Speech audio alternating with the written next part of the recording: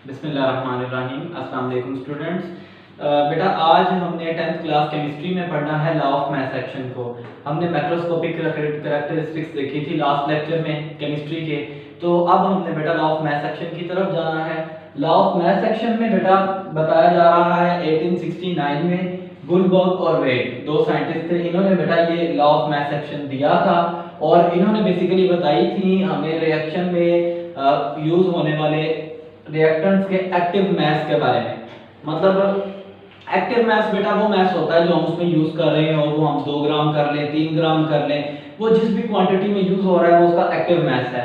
Active mass को बेटा हम स्क्वायर ब्रैकेट्स के साथ शो करते हैं, इन ब्रैकेट्स के साथ शो करते हैं, और एक्टिव मास का बेटा यूनिट है मोल पर डीएम क्यूब। अब बेटा यहाँ पर बताया क्या गया था, गुलबर्ग और वेग ने कहा था कि the rate at which substance react is directly proportional to their active masses and the rate of reaction is directly proportional to the product of active masses of reacting substances। मतलब ये एक अगर लेट्स से यहाँ पर reaction हो रहा है तो ये जो दो रिएक्टेंट्स आपस में रिएक्ट कर रहे हैं, अगर हम इनका रेट देखना चाह रहे हैं तो इसका रेट बेटा इसके एक्टिव मास के बराबर है और इसका रेट इसके एक्टिव मास के बराबर है।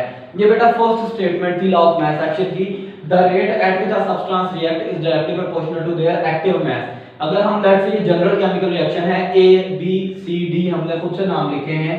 अब बेटा ए का अगर हम देखना चाह रहे हैं एक्टिव मास, ए का देखना चाह रहे हैं रेट ऑफ रिएक्शन, तो वो बेटा इसके एक्टिव मास के बराबर है, बी का इसके एक्टिव मास के बराबर है।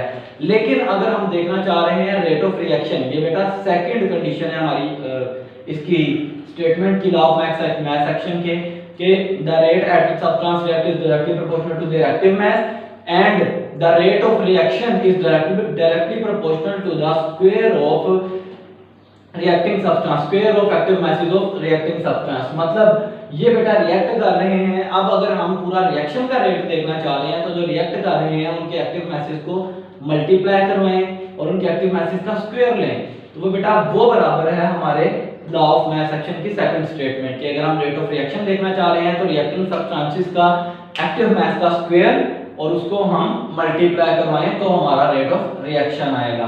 The rate at which substance react is directly proportional to their active mass and the rate of reaction is directly proportional to the square of active masses of reacting substance. तो बेटा अब यहाँ पर हमने देखना है जनरल रिएक्शन को। इसकी बेटा हमने लॉ ऑफ मैथ सेक्शन की मदद से Kc को फाइंड करना है। तो बेटा ये हमारे पास रिएक्टेंट्स हैं, ये हमारे पास प्रोडक्ट्स हैं। रिवर्सिबल रिएक्शन है इसका। अगर हम फॉरवर्ड रिएक्शन का रेट पता करना चाहें कि जब रिएक्टेंट्स प्रोडक्ट बना रहे हैं, इसमें दोनों रिएक्शंस हैं, फॉरवर्ड भी रिवर्स भी। जब बेटा रिएक्टेंट्स प्रोडक्ट बना रहे हैं उसका रेट Rf से हमने शो किया और Rf डायरेक्टली प्रोपोर्शनल है AB के। जितना ये ज्यादा होंगे उतना इसका रेट फास्ट होगा। तो बेटा डायरेक्टली प्रोपोर्शनल को खत्म किया तो कांस्टेंट आता है, कांस्टेंट को हमने लिखा Kf। Kf means constant for forward reaction. इसी तरह बेटा रिवर्स रिएक्शन के लिए रिवर्स रिएक्शन RrCd और बेटा डायरेक्टली प्रोपोर्शनल, इसको खत्म किया तो Kr constant for reverse reaction. यहां तक बेटा हमने इसके रिवर्स रिएक्शन और फॉरवर्ड रिएक्शन का रेट फाइंड किया। अब नेक्स्ट बेटा हमारे पास पॉइंट है इक्विलिब्रियम कंडीशन पर। बेटा लास्ट लेक्चर्स में हम ये देख चुके हैं कि इक्विलिब्रियम कंडीशन पर रेट ऑफ फॉरवर्ड रिएक्शन और रेट ऑफ रिवर्स रिएक्शन बिल्कुल इक्वल हो जाता है, बराबर हो जाता है। तो बेटा यहाँ पर Rf इक्वल है Rr के। इक्विलिब्रियम कंडीशन में केमिकल इक्विलिब्रियम पे rate of forward reaction rate of reverse reaction equal है। तो बेटा यहाँ पर हम इनकी वैल्यूज को पुट करते हैं। Rf इक्वल है KfAb और Rr इक्वल है KrCd। अब बेटा मैथ का हमने यहाँ पर रूल अप्लाई करना है क्रॉस मल्टीप्लिकेशन का।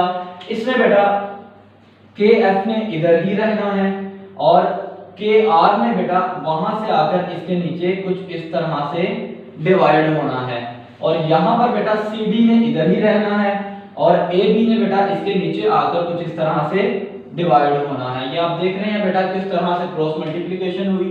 Kf इधर ही है, Kr इसके नीचे आ गया, Kf ओवर Kr। CD बेटा इक्वल टू के उस साइड ही है और AB इक्वल के उस साइड आकर डिवाइड हो गया। अब बेटा यहां तक तो ठीक। ये जो हमारे प्रोडक्ट्स और रिएक्टेंट्स हैं ये केमिकल इक्विलिब्रियम स्टेट में बेटा इसी तरीके से होते हैं, लेकिन यहाँ पर हमारे पास दो कांस्टेंट्स हैं Kf ओवर Kr। तो बेटा हम दो कांस्टेंट को खत्म करके एक ही कांस्टेंट लगाना बेहतर समझते हैं। तो वहां पर बेटा हमने यूज किया Kc। केसी बेटा केसी कहलाता है कांस्टेंट ऑफ इक्विलिब्रियम, यानी ये आपके पास था constant for forward reaction, constant for reverse reaction, और अब ये कहलाता है कांस्टेंट फॉर इक्विलिब्रियम। केसी बेटा हमेशा याद रखिएगा, केसी कांस्टेंट है आपके पास इक्विलिब्रियम कंडीशन का, और केसी की बेटा हमेशा यही स्टेटमेंट होती है, प्रोडक्ट्स और उसकी मोलर कंसंट्रेशंस ऊपर और रिएक्टेंट्स और उसकी मोलर कंसंट्रेशंस नीचे। तो चलिए बेटा इसको अब आपकी बुक से देख लेते हैं। तो बेटा अब आपकी बुक में बताया जा रहा है, गुलबर्ग और वेग ने 1869 में ये लॉ दिया। इस लॉ के according the rate at which substance react is directly proportional to its active mass and the rate of reaction is directly proportional to the product of active masses of reacting substance. इसको बेटा active mass की term में ही consider किया जाता है। Molar concentrations में बेटा ये बताया जाता है मोल पर डीएम क्यूब इसका बेटा यूनिट है, और स्क्वायर ब्रैकेट्स में इनको शो किया जाता है। तो चलें बेटा आगे लॉ की तरफ चलते हैं। लॉ में बेटा हमने एक जनरल रिएक्शन की एग्जांपल ली। इसमें बेटा ये हमारे रिएक्टेंट्स और प्रोडक्ट्स हैं। रेट ऑफ फॉरवर्ड रिएक्शन को देखें। Rate of forward reaction directly proportional है रिएक्टेंट्स के। डायरेक्टली प्रोपोर्शनल खत्म किया तो आपके पास कांस्टेंट आया, कांस्टेंट फॉर फॉरवर्ड रिएक्शन। इसी तरह बेटा rate of reverse reaction directly proportional है ये आपके प्रोडक्ट्स के, और डायरेक्टली प्रोपोर्शनल को ख़त्म किया, कांस्टेंट आया, कांस्टेंट फॉर रिवर्स रिएक्शन।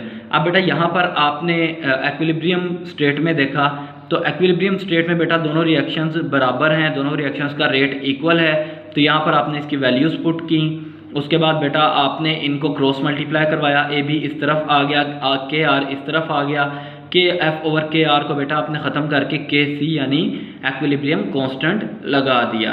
तो बेटा यहाँ तक आपके पास था लॉ ऑफ मास एक्शन। अब बेटा लॉ ऑफ मास एक्शन की आपके पास थोड़ी सी एक्सटेंशन है, जिसमें आपने देखना है with general expression for equilibrium constant for general reactions. इसमें बेटा आपने कोएफिशिएंट्स को साथ देखना है। मतलब आप देख रहे हैं पहले आपके पास ए बी सी डी था, लेकिन अब ए के साथ स्मॉल ए, बी के साथ स्मॉल बी, सी के साथ स्मॉल सी और डी के साथ स्मॉल डी आ गया है। तो बेटा अक्सर ही हमारे पास कुछ इस तरह से केमिकल रिएक्शन होता है, जैसे आप पहले भी इस चैप्टर में स्टार्ट में देख चुके हैं, H2 प्लस I2, और ये रिएक्शन बेटा आपके पास बना था 2HI।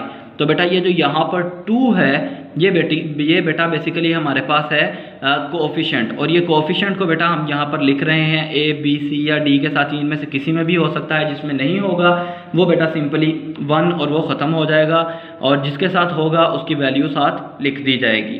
तो बेटा law of mass action board के पॉइंट ऑफ व्यू से तो सिर्फ ये ऊपर तक ही था। इसकी जो एक्सटेंशन है बेटा ये समझ लें, समझने के लिए ज़रूरी है केमिस्ट्री के फर्दर नॉलेज के लिए। और बोर्ड में बेटा ये एज एन लॉन्ग क्वेश्चन तो नहीं आता इसके कोएफिशिएंट्स के साथ, लेकिन फिर भी बेटा हम इसको देख लेते हैं। इसमें बेटा वही है, आर एफ जो है ए बी के डायरेक्टली प्रोपोर्शनल है, लेकिन जब बेटा आप इसके ऊपर कुछ मोलर कंसंट्रेशंस लगाते हैं, यहाँ पर आप देख सकते हैं यहाँ मोलर कंसंट्रेशंस नहीं थी, यहाँ पर ए बी सी डी अपने बेटा ये रिएक्टेंट्स के साथ था और प्रोडक्ट्स के साथ था। अब लेकिन जब भी आप मोलर कंसंट्रेशंस अप्लाई करते हैं तो कोएफिशिएंट्स जो है ये मोलर कंसंट्रेशन के अप साइड पर, दूसरी साइड पर बेटा आ जाते हैं। मतलब ए यहाँ पर था, यहाँ से इस साइड आ गया मोलर कंसंट्रेशंस के बाद, बी यहाँ पर था, यहाँ से इधर आ गया। इसी तरह से बेटा आर एफ जो है ये के F A B R R बेटा ये वही लॉ ऑफ मास एक्शन वाला सारा सिनेरियो है। आर आर बेटा ख़त्म किया, के आर आ गया, और इसी तरह से सी के ऊपर सी, डी के ऊपर D, R F R R बेटा इक्वल हो गया आपके पास इक्विलिब्रियम स्टेट पे। और यहाँ पर बेटा आपने वैल्यूज़ पुट की, यहाँ पर क्रॉस मल्टीप्लिकेशन हुई, क्रॉस मल्टीप्लिकेशन के बाद के सी आ गया, लेकिन यहाँ पर कोएफिशिएंट्स साथ मौजूद हैं। तो बेटा यहाँ तक आपके पास कोएफिशिएंट्स के साथ था ये जनरल केमिकल रिएक्शंस के साथ। तो अब बेटा आगे आपके पास कुछ इसकी एग्जांपल्स हैं जो मैंने आपको बताया है कोएफिशिएंट्स के साथ। यहाँ पर आप देख सकते हैं कि नाइट्रोजन का रिएक्शन हो रहा है ऑक्सीजन के साथ और नाइट्रोजन मोनोऑक्साइड बन रही है N2O2 2NO। तो यहाँ पर आप देख रहे हैं यहाँ पर आपके पास कोएफिशिएंट मौजूद है।